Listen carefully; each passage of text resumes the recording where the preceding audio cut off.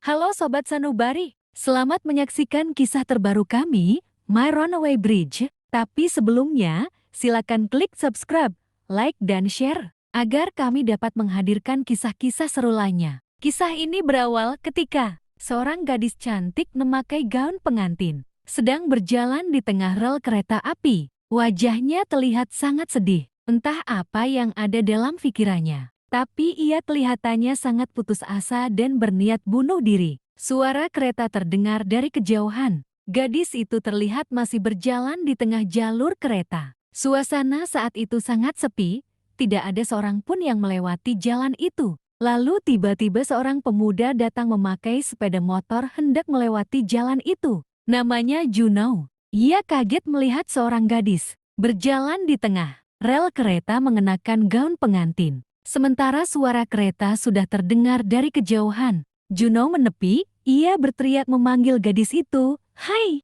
Nona, awas, kereta sudah mendekat." Namun gadis itu tidak juga menoleh, ia malah terus melangkah terhuyung. Juno panik, kereta menderu semakin mendekat. Sementara geram mengejar gadis itu sambil terus berteriak, "Hai Nona, menepi, apa kau sudah gila? Kereta sudah dekat." Nona, menepi. Tapi gadis itu tidak menghiraukannya. Kereta hanya berjarak beberapa meter lagi, Juno mempercepat langkah larinya. Setelah dekat, Juno segera menabrakkan tubuhnya ke tubuh gadis itu. Lalu tubuh mereka pun terjatuh ke sisi rel, tepat saat kereta melewati mereka. Jika terlambat 1 detik saja, mungkin nyawa mereka sudah melayang. Kereta menderu melewati mereka. Juno memeluk tubuh gadis itu. Ia berusaha melindungi tubuh gadis itu dari debu yang disebabkan deru kereta. Setelah beberapa detik, kereta sudah berlalu. Ia melihat ke arah gadis itu. Gadis itu terlihat lemas. Ia setengah sadar. Juno berkata, "Apa kau sudah gila? Hidup hanya sekali. Jadikan itu berarti, kenapa kau harus melakukan ini?" Namun gadis itu tidak menjawab. Ia memberikan seksri kertas pada Juno, lalu matanya tertutup. Juno lalu mencoba menggoyah-goyahkan bahu gadis itu. Namun gadis itu tak kunjung bangun. Betapa kagetnya Juno. Tangannya dipenuhi darah dan darah itu berasal dari kepala sang gadis. Rupanya kepala-kepalanya terbentur besi rel kereta. Juno panik. Ia segera membawa gadis itu ke rumah sakit. Setelah beberapa jam diobservasi, gadis itu pun dipindahkan ke ruang rawat. Juno duduk di sampingnya.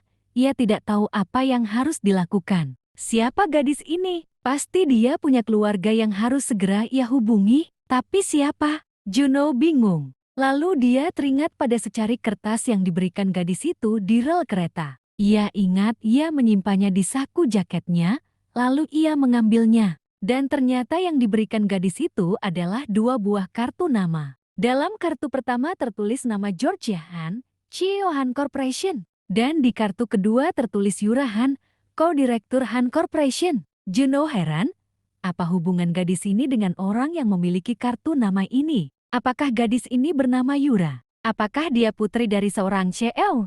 Juno tidak punya pilihan. Ia memberanikan diri menghubungi nomor telepon yang ada di kartu nama, lalu ia memutuskan untuk menghubungi nomor Tuan Han. Ia mencoba menghubungi nomor Tuan Han dari handphonenya. Panggilan tersambung. Lalu seorang pria menjawab teleponnya. "Halo, siapa ini?" ucap pria yang ia telepon. Juno menjawab, "Halo Tuan Han, aku Juno."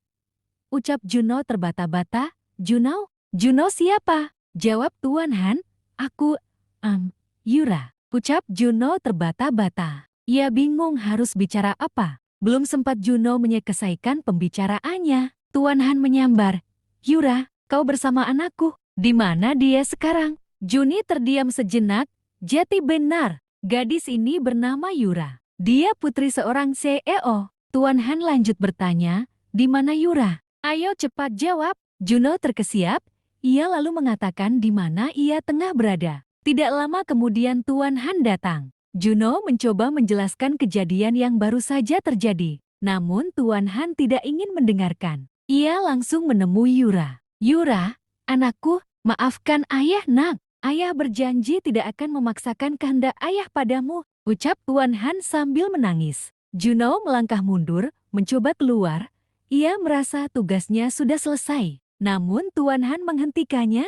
Juno, berhenti, ucap Tuan Han. Juno berhenti, lalu Tuan Han menghampirinya. Maafkan aku, mulai hari ini aku merestui pernikahan kalian, ucap Tuan Han. Juno terkejut, dalam hati ia berkata, apa? Tuan Han berpikir aku adalah suami Yura. Juno mencoba menjelaskan, tidak Tuan, sebenarnya aku. Namun belum sempat Juno melanjutkan ceritanya. Tiba-tiba tubuh Yura bergetar, sontak mereka kaget. Juno segera memanggil dokter, dan setelah diperiksa dokter, Yura divonis mengalami koma karena trauma berat di kepala. Namun, kondisi tubuhnya tidak terluka. Maka ia diperbolehkan pulang dengan harapan suasana rumah bisa mempercepat penyembuhan Yura. Tuan Han meminta Juno mengantar mereka pulang. Juno membaringkan Yura di kamar. Ia berkata, Yura, kau benar-benar malaikat Yura. Kau memberiku jalan untuk membayar hutang-hutangku. Jangan dulu bangun Yura, ucap Juno lisik. Esok harinya Tuan Han bicara pada Juno. Ia bilang akan memberikan harta dan seluruh hak Juno sebagai menantu, asal ia setia dan membahagiakan Yura. Tuan Han menangis memohon kebahagiaan Yura pada Juno. Juno tergugah, ia tidak lagi memikirkan harta. Mulai hari itu, ia berusaha membuat Yura terbangun dengan mengajaknya bicara hingga bernyanyi untuk Yura. Yura, aku tidak akan meminta apapun dari ayahmu. Tapi aku mohon, bangunlah, kasihan ayahmu dan ibumu, bangunlah Yura. Demi mereka, esok harinya Yura terbangun dari koma. Apakah ia akan mengakui Juno sebagai suaminya, atau justru mengatakan yang sebenarnya pada ayahnya? Penasaran? Saksikan kelanjutannya di episode selanjutnya.